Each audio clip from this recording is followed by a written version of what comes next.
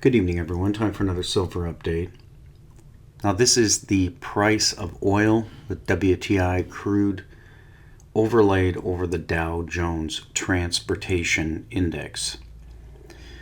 So you can see that except for the financial crisis and a little bit before, for a good solid 4 years, 5 years, these two were pretty much joined at the hip. They're fairly closely tracked each other. Now, starting in the end of 2013, oil had topped, came back up and revisited, and then tanked. And you can see how hard we're tanking.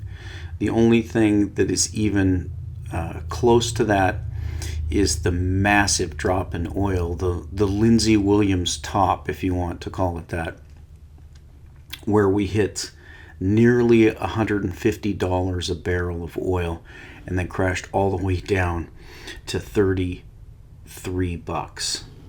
An incredible crash. And again, I've pointed out that accompanied the financial collapse. Now, this divergence that we see here, this is absolutely phenomenal. I did not realize that this was so extreme until I pulled up the charts. I was just thinking about how this collapse in oil corresponded in the past with financial assets. Now you can see this divergence is absolutely massive. That's the only way to describe it. There's nothing that's ever been like this before. So you can see the price of oil is giving us a less than 4,000 price, and you can see we're 9,000. So relatively, the price of oil is at about a 4,000 transportation price. The price of transportation is roughly at $145 price for oil. So something has to give. This is one of the most incredible divergences I've seen. Now, are they directly connected? Well, in a way, they're connected. The transports are an indication of economic activity in the transportation area. There's a lot of airlines and things like that. The price of oil, one would assume that if the price of oil goes lower, and I've talked about this before with balance of trade figures, if the price of oil goes lower, then that makes it cheaper for these carriers. But then again, in the larger picture, if there's a massive economic downturn, then the airlines, the railroads, and all the rest of them, they're going to have a massive downturn as well. So the odds are that this thing is going to resolve on the downside, that the stocks are going to follow oil, and it's going to be a dramatic drop. Now, that actually kind of happened here in the financial crisis, but it was a top in oil, and it wasn't until oil continued to plunge. Really, oil was down about halfway. You can see down about 79, 75, 80 or so, when finally the stock market turned and went down. This time, we may be looking at a major crash. So let's just pull up the Dow 30 by itself. And I've shown this many times. You can see that this is tremendously overvalued just from a technical standpoint. You can see that it is a near parabolic. Now, we had a correction when we had a little bit of taper talk out of one of the Fed heads, who quickly reversed himself, and then we got that rally. But still, this is tremendously overvalued, and the oil on its own is a very striking chart. You can see the series of red candlesticks, and again, this is the weekly. So we're talking about 1, 2, 3, 4, 5, 6, 7. There's a missed one there, 8, 9, or 10 straight weeks of declines. And that's something similar to what we happened here, just a bunch of red candlesticks. So let's go over and look at the price of silver. Before we do that, let's jump over and look at the euro, because the euro is doing some kind of late night, after hours rally action. There's something going on in the currencies. You can see that the euro did this very strange breakout of a type of flag formation that was in. And so we're seeing strength coming into the euro. Now it's turning around and going south. Remember that the Japanese yen had done kind of a topping formation with the maximum devaluation that perhaps had come in. Now it's starting a bounce. So it looks like the Forex interveners, the central banks, they're doing something. And of course, we don't know who the players are. The players are generally going to be speculators, the central banks, and then a lot of companies that have to hedge their currencies in these markets. Those are going to be the major players. We're probably seeing central bank intervention at this point. So we'll jump over to gold real quick before we get to the main story here. You can see that gold's in kind of an interesting pennant formation. We had the massive reversal, a sideways consolidation, and then this pennant. And we're solidly up here around 1230 in gold. Silver is holding above that 17. It had been testing that 17 level, and you can see it's in an interesting pennant formation similar to gold. It looks like it's waiting for the next reason to go up.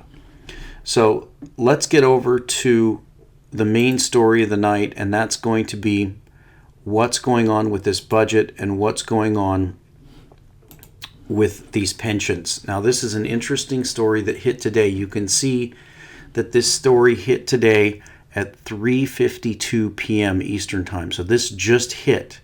Now, we know that the Congress is meeting. They're trying to get this gigantic spending bill passed.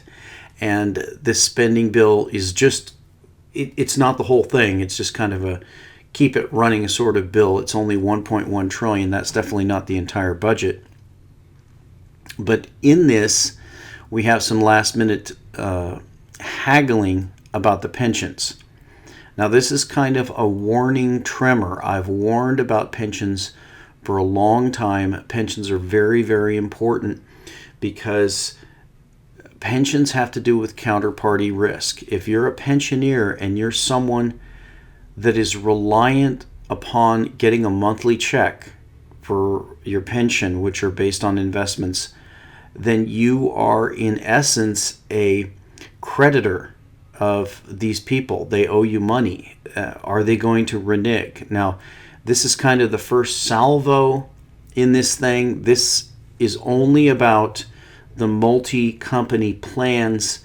It doesn't affect individual company plans, but this has to do with the Pension Benefit Guaranty Corporation, the PBGC, but we're starting to see this. Now, one thing that came up when I was researching this, I saw the story hit. I went and hit Google News and tried to hit every site that was covering this story. This one is Bloomberg, but there was Fox, MSNBC, CNBC. None of these reporters gave any information about who was involved, what the name of the, not the bill, but what the name of the rider was. We don't get any specific information. We just get information that they're looking at cutting pensions. So this is like an opening salvo. Congress is set to vote on a $1.1 trillion spending bill this week, one with a troubling provision for U.S. retirees. If the bill passes, the promised retirement benefits of millions of workers could be slashed.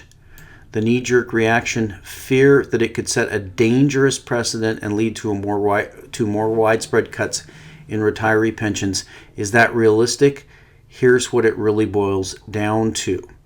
Is my pension going away? Maybe not right now, but a provision in a $1.1 trillion spending bill that Congress may pass this week could set a scary precedent. It would allow the promised pension benefits of up to 1.5 million workers and retirees to be cut. It would affect the pooled pension plans called multi-employer plans. of mostly union workers across a bunch of companies where it looks like the plans won't be able to cover full benefits in coming decades.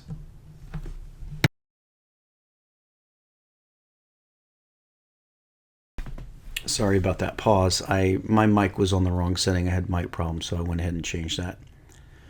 Does this mean private pensions are in danger too?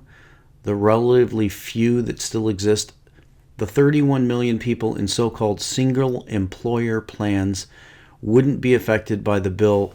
The bigger fear is about 10 million workers and retirees in pooled plans. 10 to 15% of those workers are in plans that may need to make cuts.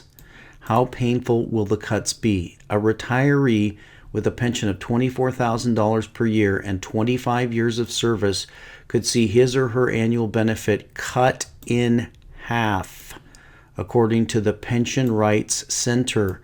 Not all the troubled pensions would need to cut that deeply. Is anyone safe from the cuts? Retirees age 75 and older would be protected from some benefit cuts, and so would disabled retirees. You see that? They're starting to do their triage here. Kind of a reverse triage.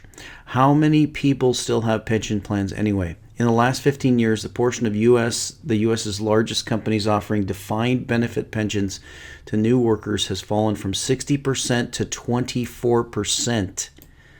Estimates Towers Watson. Private companies have been cutting pension benefits by freezing new workers out of plans, but haven't been cutting benefits for people who were in the old plans. But my company's pension plan assets aren't mingled with other plans, so am I safe? Maybe. Nothing in the proposed bill affects pooled plans that are in a good financial shape or any of the plans offered by single employers. But if the bill passes, it will break promises that employers made to their workers. Karen Friedman of the Pension Rights Center told Bloomberg earlier this year, quote, "It's going to lead to a society where nobody can depend on anything." You see it? It's coming. So they're throwing this into this $1.1 trillion spending bill. So I wanted to take a little look here at this $1.1 trillion omnibus spending bill. Let's take a look at some of the stuff that's in this bill here. So you can see this is a $1.1 trillion for core agency budgets for day-to-day operations with $521 billion for defense. Wow. More than half the budget is the war budget. I just recently listened to a interview with Eric John Phelps where he describes how they changed the name of the War Department to the Defense Department. So we're still spending $521 billion on war. I assume that's probably money well spent if it's supporting the petrodollar, because honestly, if the petrodollar collapsed, then there'd probably be a bigger loss than that. That represents about 1/3 of the federal budget and is essentially a freeze at current levels. Another $64 billion is provided for overseas military operations. Now, I've talked about the number of bases that we have overseas. It's absolutely ridiculous. Ron Paul's talked about it. We basically have either bases or personnel in roughly 150 of the 200 nations that exist on the face of the earth. Defense provides a base budget of $490 billion to the Pentagon, a $3.3 billion increase, maintaining 1.3 million active duty troops and 820,000 reserves. Actually, if you do the math and add those together, it comes to $64,000 per person. Homeland Security, it looks like their budget's going to be reviewed separately. Ebola, we've got the Ebola hoax here, is going to pull in $5.4 billion. Barack Obama is going to request $6.2 billion to fight Ebola at home and abroad. Wow. What a boondoggle.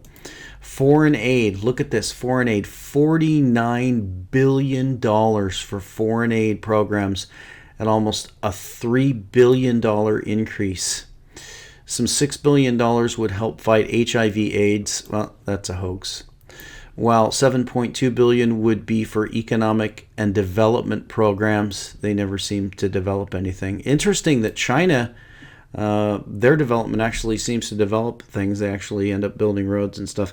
Then the U.S. comes in with drones and Ebola, tries to wipe that out. Israel would receive $3.1 billion in military aid. That's going to get your Zionist people going crazy. But yet we've got Egypt right here, second place, $1.3 billion in military aid. So we've got one country that we're giving military aid to right next to another country we're giving military aid to. Yes, it's that insane. And $150 million in economic assistance. The EPA gets cut. That's kind of interesting for, well, I guess the Republicans can take the blame for that. So it looks like they've blocked the story now. Let's see here. Maybe not. Okay. The IRS gets cut $346 million. That's kind of interesting. It only takes them $11 billion. $11 billion to collect the tax money. If you think about the number of lawyers, accountants, government agents, and employees, that is the most wasteful operation. You think about the fact they could just simply have a national sales tax or something like that, a flat tax, and just fire all those people. But of course, it's a make-work program for lawyers and accountants, so that's not going to happen. Transportation provides $71 billion for transportation programs. Really? The free market can't take care of transportation? We have to take $71 billion of taxpayer money, including $40 billion in highway funding. Of course, they take that from the people in the states and then kick it back with all of their provisos, riders where they require them to bow down to the feds. For the states, aid to Amtrak, $1.4 billion, a bankrupt train operation. Housing, $26 billion for Section 8. That's a government scam program. I'm not even going to go into that one. We've got $8.4 billion for the FBI, who probably couldn't find a terrorist if they're hiding under their bed, or a drug dealer. Speaking of drugs, we got $2.4 billion for the DEA and $1.2 billion for the Bureau of Alcohol, Tobacco, and Firearms. Oh, and explosives. That's changed. So it's a BATFE. And $2.3 billion for various grants to state and local law enforcement so they can get tanks, things like that for the riots they plan to create. NASA, the space program, would receive $18 billion, a $364 million increase. Of that, $4.4 billion is going to be provided for the new Orion space launch system, where we duplicate what we did 40 years ago. Well, actually, no, 40 years ago we faked a landing on the moon, but we're going to go ahead and we just did that launch where we threw up a rocket and then we brought down a space capsule, and that's going to be the last launch of the Orion program for the next 4 years, but then in 8 years they're going to go to Mars. So they're going to chew up $4.4 billion. I guess it's going to be on hookers and blow. I'm not really sure what NASA spends their money on. That would be a good guess. Food aid provides $82 billion for food stamps. You can see this is the Great Depression number 2 going on as Great Depression number 1 had food lines, and we now have food stamp, but we don't have lines. We have food stamps. So someone did a comparison of how large the lines would be if the people who were getting their food from food stamps actually were lined up and had to get it, and of course then you'd actually know that you're in a depression if you saw that. So we can't have that. Another $6.6 billion for a program for food aid. So actually food stamps is almost $90 billion. There's a $21 billion for school lunch programs. This is where they have recently said that the kids can't take pictures of the garbage that they're feeding them because that might be a violation. So it became a meme where kids were posting pictures of the worthless trash they're being fed at these school lunch programs.